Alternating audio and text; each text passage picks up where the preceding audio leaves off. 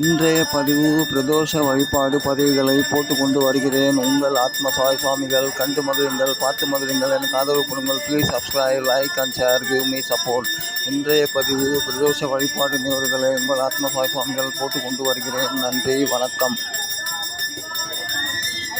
இன்றைய பதிவு பிரதோஷ வழிபாடு நிகழ்வுகளை உங்கள் ஆத்ம சாய் சுவாமிகள் நான் போட்டு கொண்டு வருகிறேன். கண்டு மகிழுங்கள், பார்த்து மகிழுங்கள். நன்றி, வணக்கம். Please subscribe, like and share, give me support. நன்றி, வணக்கம்.